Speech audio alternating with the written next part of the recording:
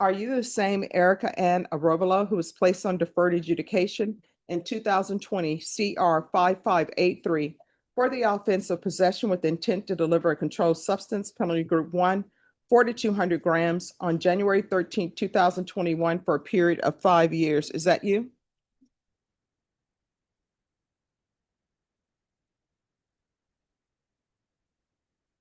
Has, oh, he's still conferring.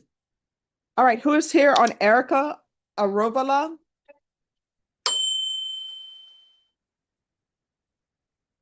Are you all ready to proceed? Yes, ma'am. Court is calling 2020 CR 5583 State versus Erica Ann Arevalo. Could I have parties announced? I think I already say it. Lindsay Shaw for Miss Arevalo. And are you Miss Arevalo? Yes, yes, madam. All right, did you review the documents entitled Motion to Enter Adjudication of Guilt and Revoke Community Supervision and State's motion to supplement pending motion to enter adjudication of guilt and revoke probation with your attorney? Yes, And did you understand it? yes. Okay. Are you the same Erica Ann Arevalo who was placed on deferred adjudication in 2020 CR 5583 for the offense of possession with intent to deliver a controlled substance, penalty group 1, 4 to 200 grams on January 13, 2021 for a period of 5 years? Is that you?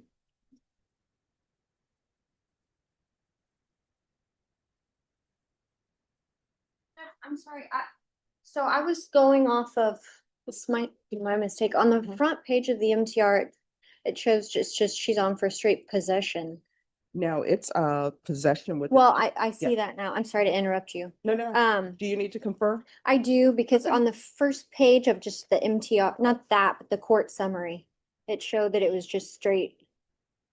No, the from probation, the court summary. Okay. It should, yeah, so I only discussed the fact, I thought it was a second degree. So Sure. if I may, I'm sorry, Yes, Judge. no, no problem. It happens.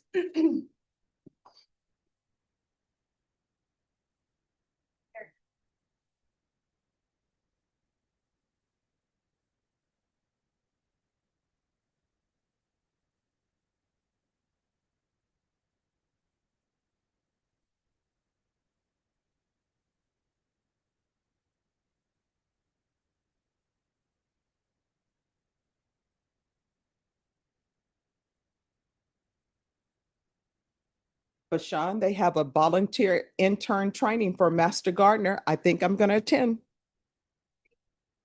Mhm. Do you know one of my friends was a Master Gardener, and if you don't keep up with your classes, she said they defrocked me. I'm like, what?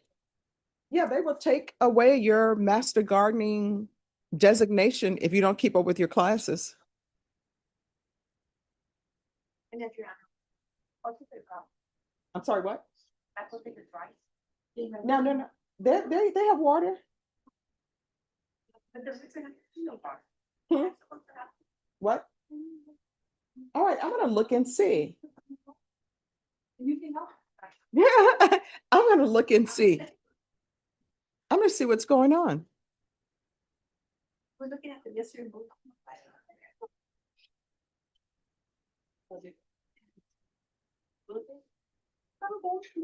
All right, there is an application fee of $260.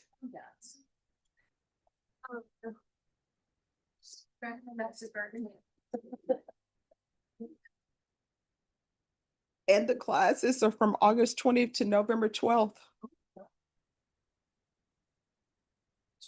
And you know, I was thinking about them this morning. I'll go back there. And then not a half the I mean, I would love to do it, but the time they're meeting is my class time. Yeah. And court time, 9 a.m. to 1 p.m. No.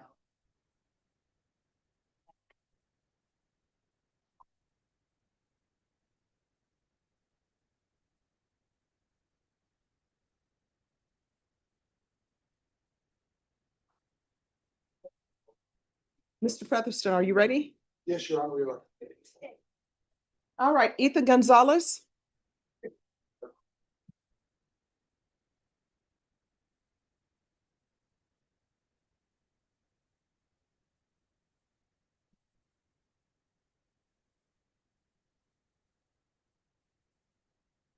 Oh. All right. Let me, Judge, Odyssey is pulling up his case. okay, can we go off the internet for just a minute? Sure, just give me 1 second.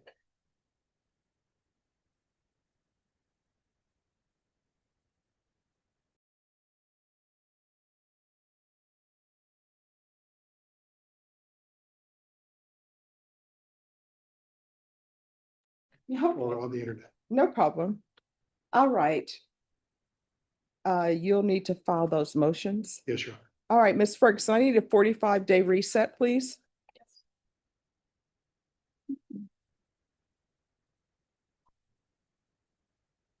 And Judge, as to discovery on the case, Mhm. I still have not looked at all the data yet. Okay, But I think that 45-day reset will probably take care of that. okay. 28 July, okay. All right, we'll do July 28th. Let me just double check, Judge. I'm supposed to be out of town sometime in December. In July. I can't remember what it is right now. Is it for work? Oh, no. It's going to Colorado. No, that's outside of that time frame, so I'm good. Oh, you're going to Colorado? Yes, I'm gonna take my motorcycle back up there. Oh. Okay, It's I've made 3 motorcycle trips to Colorado and I go to different mountains each Mhm. time. So I'm looking forward to going again. well, that's always fun. You know, there's an attorney, Patton Zarate. He and I Yeah. were in law school together. Now he does a lot of bird watching. And that Really? seems very relaxing. And he'll post his bird pictures. And I'm like, wow.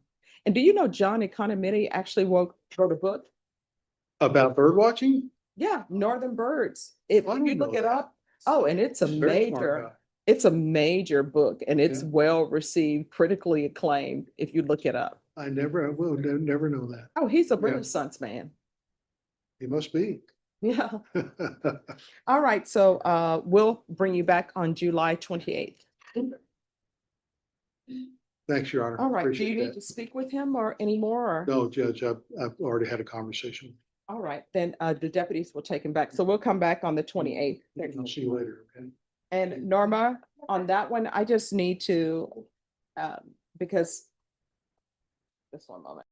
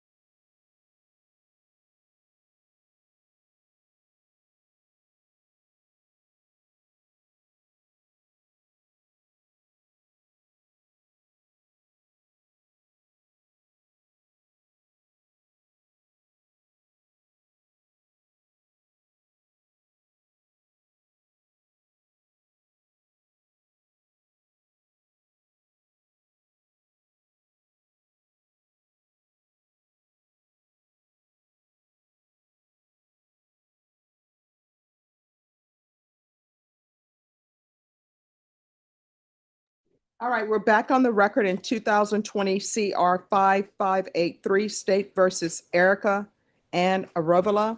Could I have parties re-announced, please? Megan Galloway for the state. Lindsay Shaw for Mr. Revelo.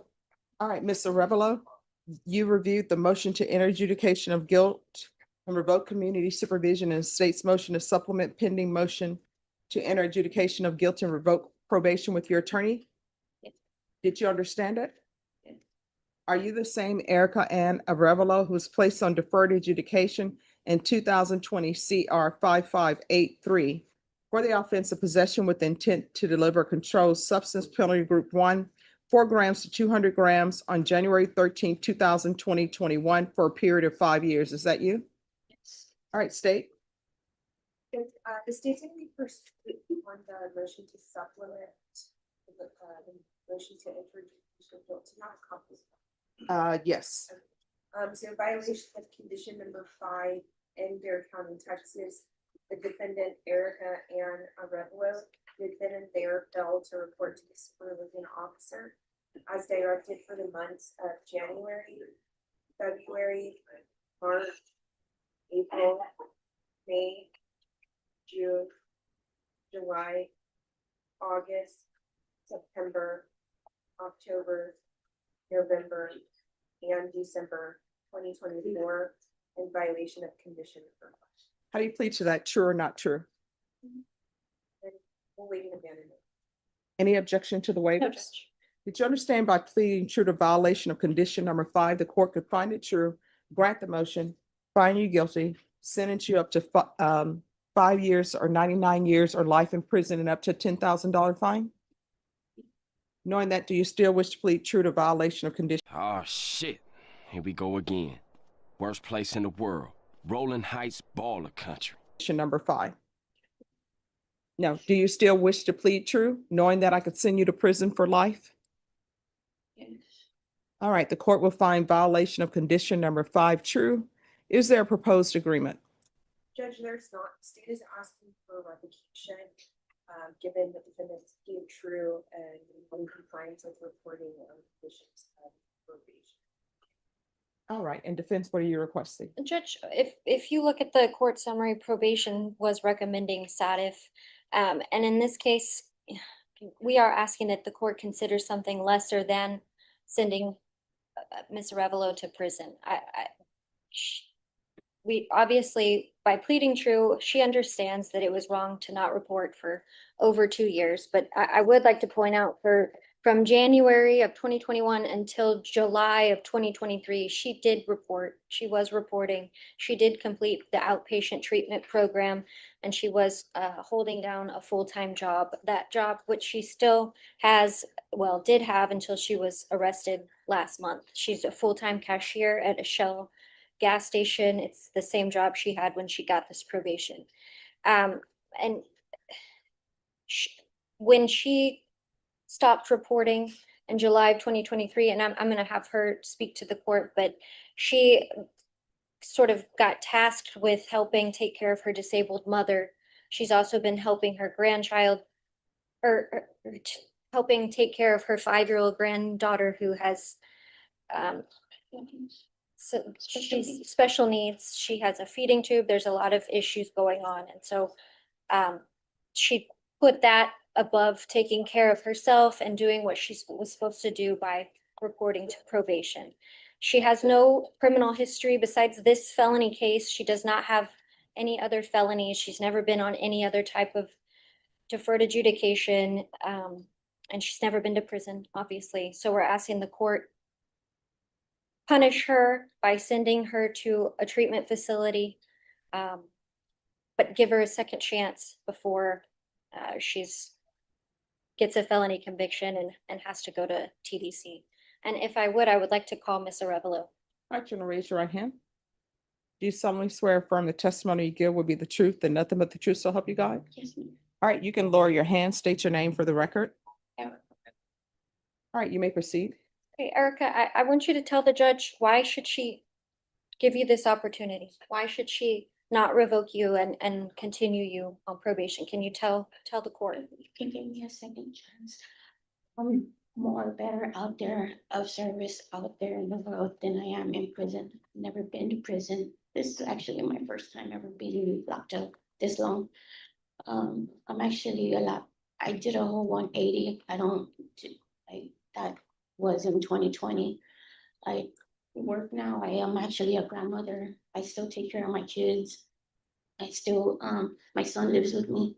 I help my mother because she's disabled. My brother was her provider, but then he passed away like 3 months ago. So I've been having to help my daughter with her special needs. She's blind and eats through a feeding tube, so I also have to help her.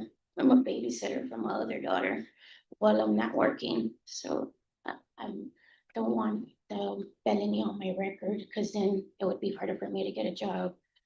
So if you could just take a chance on me again. I'm actually a lot better out there than I am here. And I'm not even a criminal. I've never even, No, I mean, you had drugs that you intended to deliver. They were in baggies. And what I can tell you is everybody in the box will tell me that they're better in the real world than being in prison. And one of your conditions of probation that you just testified to violating is that I ordered that you were not to have unsupervised contact with minors and you're babysitting. And the reason why I ordered that is because you have possession with intent to deliver drugs. And it was a lot of drugs. without, I mean, that's not the reason why I totally dropped all of that when my grandkids came up, because how am I gonna help them if I'm in prison? So that's I basically. mean, all you had to do was report.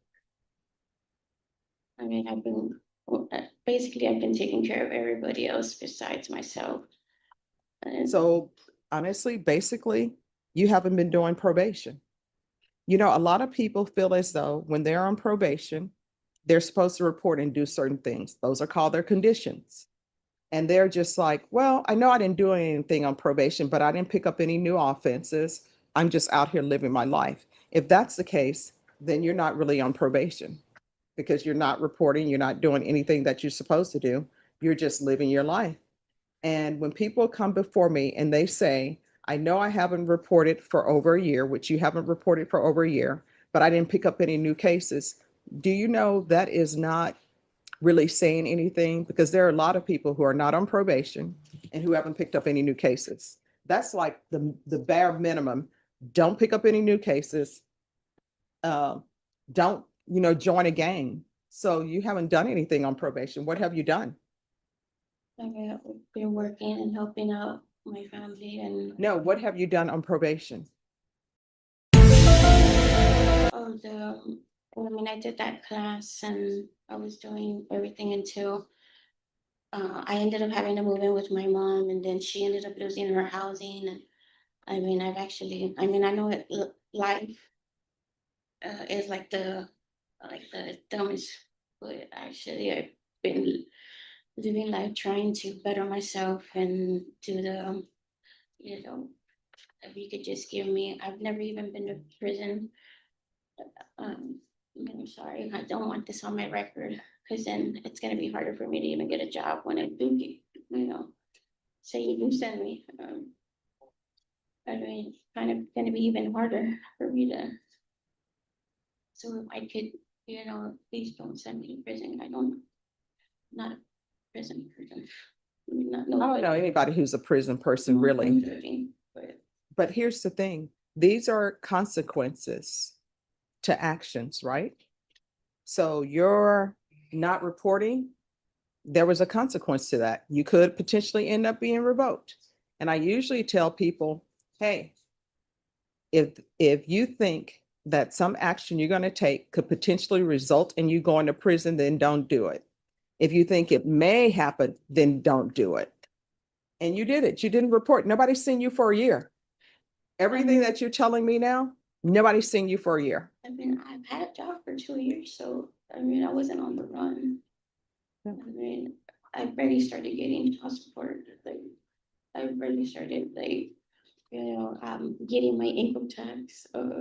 No, I mean, I understand what you're saying, but you're on probation for possession with intent to deliver drugs. That means that you have drugs for selling and they were packaged for selling. And you were given deferred adjudication, 5 years deferred adjudication, and nobody's seen you. Another little treat or. This is what the court is going to do. The court is going to find violation of condition number 5 true. The court is going to find you guilty. The court will revoke. I'll take into consideration that the fact that she hasn't picked up any new offenses, and I'll sentence her to 5 years in the prison. give her credit for any time served, and request the therapeutic community. And there's to be no unsupervised contact with minors. And there's a $1,500 fine, time, and money to run concurrently. Let's see. All right, did you review the document entitled Trial Court Certification of Defendant's Rights to Appeal with your attorney? Did you understand it? And did you sign it? You have a limited right to appeal. That right to appeal is as it relates to the allegation in the motion, not the fact that you are on deferred adjudication. Because this is a felony conviction, you're not allowed to own or possess any weapons or ammunition. If you have a question over what a weapon or ammunition is, you'll need to speak to an attorney. Do you understand? All right, good luck to you. Thank you, Judge. Thank you.